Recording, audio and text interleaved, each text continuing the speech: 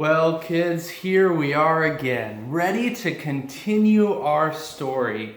Now, we talked last week about what some awesome things that started to happen in the 13th century. I think I misspoke in the video and said 12th century. That happens sometimes, make mistakes. But anyway, we talked about Francis of Assisi, right, who started a new religious order. I taught you the special word to describe the type of religious order that he started, right, the mendicants, right, these mendicant orders, right, remember what was different about them? They lived out in the world, and they lived in poverty, and they were devoted to preaching the gospel and sharing the gospel with others, right, I mentioned that there was another great mendicant order that we had to talk about today. And that second one was started by this guy. Actually started a little earlier than the Franciscan order, but this guy's name is Saint Dominic, okay? And so because of that, today we call his order that he founded the Dominicans, but they were first known as, and still are officially known as, the Order of Preachers. Right? Because they were devoted to preaching the gospel. Now, before I say anything else, let me just say something about this. That this is the third consecutive part of the story where I've taught you about the start of a new religious order. And you might be thinking, wow, Father keeps talking about these religious orders. He must really think these religious orders are special. Well, yeah, I do, because the thing about studying the religious orders is not only do we get to know a lot of great saints, because not only are the founders usually great saints, but also they tend to produce a lot of saints over the years. And each of these orders has brought us a lot of really great saints. The Dominican Order, even beyond the ones we're going to talk about today, you know, they'll bring us later on Catherine of Siena and Rose of Lima and Pius V and Pier Giorgio Frassati, all kinds of great saints that are going to come out of the good work that this man Dominic did, for example, just like the Franciscans will bring us many great saints as well. But not only do we get to know great saints who show us what it means to follow Christ and to be all that the Lord made us to be, and to serve Him and to love Him, but also, when we study these different religious orders, we begin to see the beauty of the diversity in the body of Christ, the beauty of God's church, that we're not all the same, right? That there's a lot of different ways that He's called different people and different groups of people, right? And a lot of specific missions, specific jobs that He's given to different groups of people, right? And that saints like Dominic and Francis and Benedict, that the Lord would call them, and they're not usually setting out to, because they think, I know what I should do. I should start a religious order because I want a bunch of followers. But God just brings it about that as these followers come to them and they themselves are wanting to follow the Lord, right? That He leads them down this path of that there will be those who will be called to follow the Lord and serve the Lord in this way, just like there are those who are called to follow the Lord and serve the Lord in this way, right? And so what we begin to see is that the church grows into a family of families. And that's true on so many different levels, in so many different ways. Because I like to use the word religious order a lot, but another term that is used to describe these different groups is religious families. That these different religious families, people from different families, they have different moms and dads, right?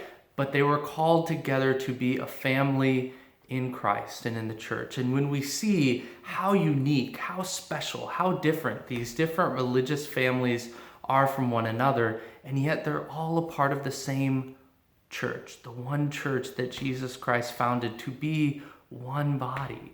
And that's a beautiful thing. Then we begin to see that one way of looking at the church is as I said, a family of families, right? That these different religious families, they don't pick their own beliefs. They don't decide for themselves what they believe because we're all following Jesus, right? And Jesus really lived and really lives in the church today and still guides the church. And so it matters that we know who Jesus really was and what he really taught, and that we're all committed, right, to that one faith that Christ founded, that Christ passed down to us through his saints, right? But that in the midst of that there are all kinds of different ways to serve him. It's a beautiful thing. It's a beautiful concept. So this new religious family, as I said, they're called the Order of Preachers, right? And they in particular will be especially gifted at and devoted to helping us to understand who Jesus was, what he really taught and teaches through the church, right, to this day, right? But also that as we've talked about, that they would have to clarify a lot of confusion that would be brought up from people teaching false things. In particular, there was a group that was teaching that everything material, everything physical, that our bodies are bad, which obviously isn't right, because who made our bodies? God did, right? And God makes good things, right? But they taught that the physical body and everything physical in the world, which is made by God, so it's kind of silly, right, to think this, but they taught that it was all bad. But then they would take it even further and say, well, wait, Jesus had a body, so he can't be God, right? And so Dominic would have to step in and he would have to teach and say, no, that's not true, right? God made us good, right? Body and souls were made good, right? And so because of that, even that alone is enough to help us to begin to see that Jesus was indeed God, right? That God became man, and that doesn't make him any less God, right? But it's this awesome, beautiful thing, this gift that God indeed became man. So Dominic, like some of the others that we've met, that he too came from a rich, a wealthy family, that they had a lot of money, a lot of material wealth, but he didn't want to hold on to all this and live as if his money and the things that he could buy in the world would make him happy. He knew it wouldn't, right? Just like the other saints that we've talked about in the past week, he knew that would never happen, right? And he wanted to be like Jesus and to help people to know Jesus. So, kind of like some of the other saints we've talked about, he gave away all that he had to serve the poor, to help to meet the needs of the poor. And he devoted his life to contemplating and to teaching what he learned when he contemplated the gospel and who Jesus is. And so what that means is he first let Jesus teach him, right? If we're going to lead and teach others, if we want others to follow us, if we're going to lead others, we need to follow Jesus and let him lead us, right? So he was devoted to spending so much time in prayer and study, right? To continue learning about Jesus. Now, we are coming to the point where it's almost summer, and I know that the school year has finished out in a very strange way that's different from what we're used to for those of you who are in school already. But you're kind of just finishing up. But I want to encourage you, and I think St. Dominic would want to encourage you too, to realize that the summer isn't a time to stop learning, right? But the summer might be a time when maybe you have less homework with other things to do, and it might be a time when you might be able to devote maybe a little more time than you have in these past few weeks to studying the Bible, learning Bible stories and stories of the saints, and to learning more about Jesus, right? Because what we need to do is we need to follow Jesus, right? And one of the best ways that we do that is by praying to him and to keep learning from him, right? So prayer and study are such an important part of what Dominic devoted himself to. And he was so close to Jesus and loved Jesus so much and loved his mother so much that at one point Mary appeared to him. And that was a special moment. But it was all because Dominic was devoted to loving and serving Jesus, right? And there would, as I said, be many great Dominicans throughout the years. But when we talk about famous Dominicans, one of the most important ones that we have to talk about, he wasn't one of the very first ones, but he was early on. He was still within the first century of when the Dominicans were started.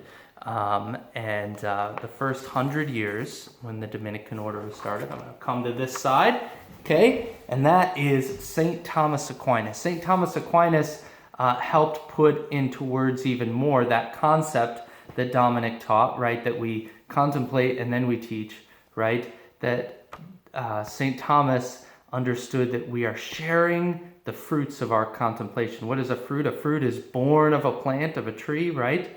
So it comes out of something else that was life-giving, right? Our prayer and our study about Jesus is life-giving. It gives us new life, right? It gives us, it nourishes that gift of eternal life within us, right? And so it bears fruit in our lives. It helps us to better know and understand our faith and to better know Jesus. So then what do we do with that fruit?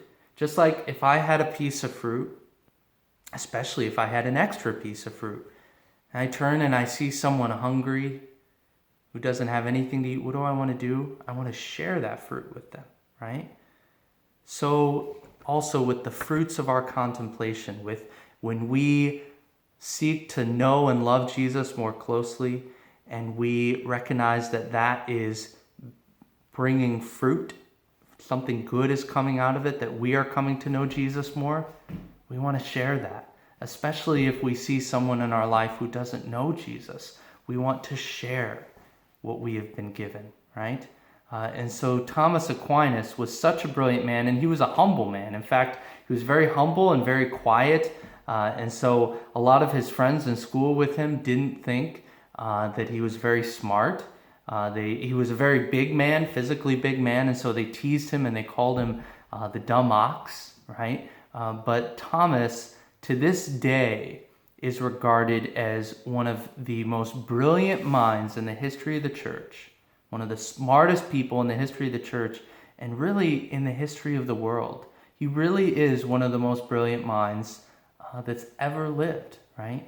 And he wrote pages and pages and pages of theology, right? Helping us to understand Jesus and to know and love him more. And to this day, the church says that one of the most important teachers for us to study and familiarize ourselves with, especially if we're gonna teach the gospel, for like when we were preparing to be priests, for example, the most important person to study, one of them, is Thomas Aquinas, right? Because he was brilliant, right? And that it wasn't just because he was smart and he came up with this stuff on his own. He was sharing what God taught him as he was praying and studying, right? That he continued to come to know God more. And he himself had a vision in life too, late in life, at the very end of his life, that he had a vision of heaven, a vision of the glory of God. And this man who wrote so much, pages upon pages, volumes upon volumes upon volumes of theology, that to this day the church says, read this guy, study this guy. And when he saw this vision of the glory of God, he said, after what I have seen, everything I have written is as so much straw. In other words, it's nothing. It doesn't matter compared to the glory of God. Now, does that mean that he was saying that those who say we need to read what he wrote and study what he learned and what he taught, that they're wrong, that it really is literally nothing. No, that's not what it means, right? What it means is that the glory of God is so much greater that we can never fully capture it in words. But yet, as we continue to want to seek after the glory of God, we want to keep learning. We want to keep seeking to know him more, right? But he was so humbled by this vision of the glory of God that he stopped writing after that, right? And so that's a little bit about this awesome Saint Thomas Aquinas, who was one of the early and one of the great Dominicans, sons of Saint Dominic. And I have to say that one of the reasons that I love the Dominicans so much, and I have such gratitude to Dominic and Thomas Aquinas and other early Dominicans who helped lay the foundation for it, is because I've seen these Dominicans are smart and they're holy, they love Jesus, and they love preaching the gospel. I have been really blessed that when I was in priest school, that's right, priest school, not preschool, right? That's the actual called seminary, right? When I was in seminary, I was really blessed to learn from a lot of Dominicans that taught me, and I'm so grateful to them. And I saw how they lived out that gift of sharing the fruits of their contemplation, that they loved Jesus, wanted to follow Jesus, and so they did. And then they wanted to share what Jesus had done for them. So one final story about Thomas Aquinas. One time, Thomas Aquinas was blessed to be able to be at dinner with the King of France. And Thomas was a very deep thinker. Thomas would sometimes be lost in thought. And this is what was happening at this dinner with the King of France, right? But he was lost in thought, thinking about something that he was trying to figure out how best to explain and teach. And he just had this moment in the middle of the dinner, and he blurts out something like, "I've got it, that's it!" And everybody else was talking about something else, and they all look at him like, "Oh boy, what now, Thomas?" And he suddenly gets sort of all embarrassed because he sort of realizes, "Oh, I'm here with the King of France. That might have been rude. I didn't mean to be rude." But the king, he just smiles and he says, "Someone go get something for Brother Thomas to write with and to write on, because what he thought of is certainly very important and needs to be shared." And that King of France was our patron, King Saint Louis IX. This is one picture of him. This is another picture of him, kind of, right? This is one that might look more familiar to you. This is the statue that's in the sanctuary of our church. Because you see, St. Louis, he wasn't a Dominican, but he was, because he wasn't a religious, right? He was a married man, right? So his vocation was different. But he was a man of great faith. And so clearly he had great respect for St. Thomas, but mostly he had a deep reverence for Christ the King. He understood that the real king was Jesus, and that's who he wanted to serve. So let's ask these great saints, St. Dominic, St. Thomas, and St. Louis, to pray for all of us, that we continue to seek to know and love Jesus more, and to share him with others. God bless you.